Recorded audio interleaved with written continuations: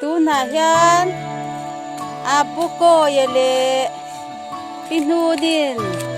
leipu yan thau me ka hei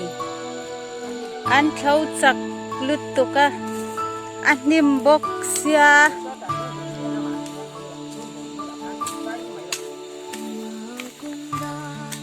an bo in tu hei ni leng in hlo an thlowa an ha via wang apuko yele apinu ni hi apuringa ayaron o a hei a fel khop mai nak tu ka hian a lo fe leng em o a pe to lo mai the ani hei a ha le tok to a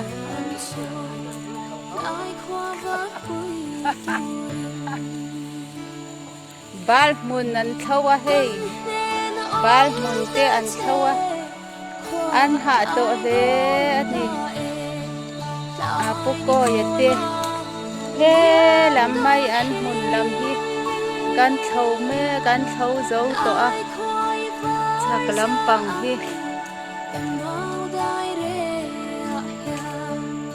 mai an po ala thawe he mai